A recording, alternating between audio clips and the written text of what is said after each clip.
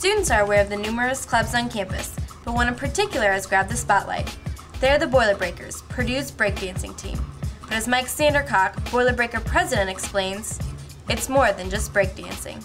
You have breaking, you have popping, you have locking. I mean, they're all different dances. Okay, breaking is it's the stuff you do on the floor. It's a lot of groundwork, it's a lot of power moves, a lot of more active stuff. More what the idea of what breakdancing is.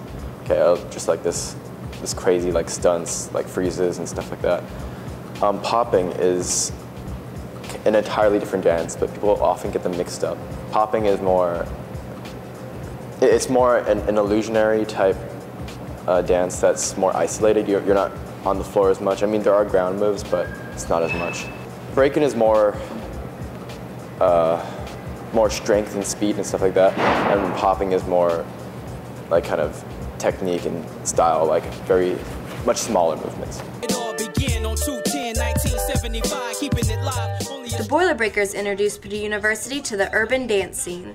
This all got started, I think about 3 or 4 years back. A kid named Eric Chow, he used to be our old president, he came to the club, or he came to Purdue and realized there really wasn't anything here breaking-wise, or hip-hop-wise for that matter. So what he did was he got a bunch of his friends together and he started the Boilermakers and tried to basically get things rolling here at Purdue in terms of teaching people how to break and getting the whole scene up and running.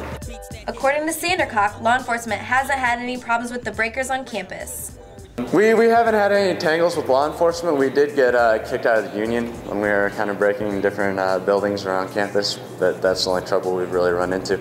Some random guy just came up to us and he was like, you know what guys, you can't break here, you can go down in the Stewart Center basement, but not here. We kind of deserved it. We were like right in the middle of the hallway, you know, blocking everybody's paths. As the breakers show off their moves around campus, the reactions of onlookers are varied. But according to Sandercock, one thing remains constant. The question I always get when I tell somebody that I can break is, can you spin on your head? I hate it. It's frustrating because that's what people associate breakdancing with. They don't associate it with, you know, riding a beat or anything like that. They associate it with dynamic moves. So whenever we're out there dancing, people are like, oh my God, this is really cool. Can you spin on your head? Can you spin it in your back? You know, that kind of stuff. 10 years ago, the technology wouldn't have allowed Ben Chi, a Boilermaker, to learn breakdancing. Now, because of websites like YouTube, Chi is able to learn on his own. Well, I saw the video first, and then I was like, cool, I'm gonna learn a move. So I learned like the wave, okay? And then I was like, well, I feel kind of like a poser because I know one move, so I better learn another one. So I learned gliding. I was like, okay, well, I only know 2 moves. I feel like a poser still. And so that just kept happening until I was like, okay, well, I'm doing the dance, so I'm also just learning the whole dance. I'd say about 80% of my dance experience has been from YouTube and the internet. By breaking on campus, the Boilermakers are hoping to illustrate that urban dance is more than just a trend, it's a culture. What we are is we're called B-boys or breakers. The term came from Kool Herc, DJ who basically started the hip-hop movement. And the B in B-boy, it's spelled B-B-O-Y. The B means to break or to go off, all right?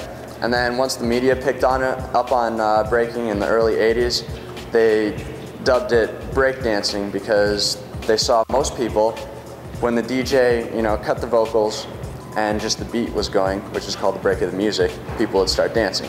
So it kind of got misnamed through the media, but what we are, we're B-boys, sometimes called breakers.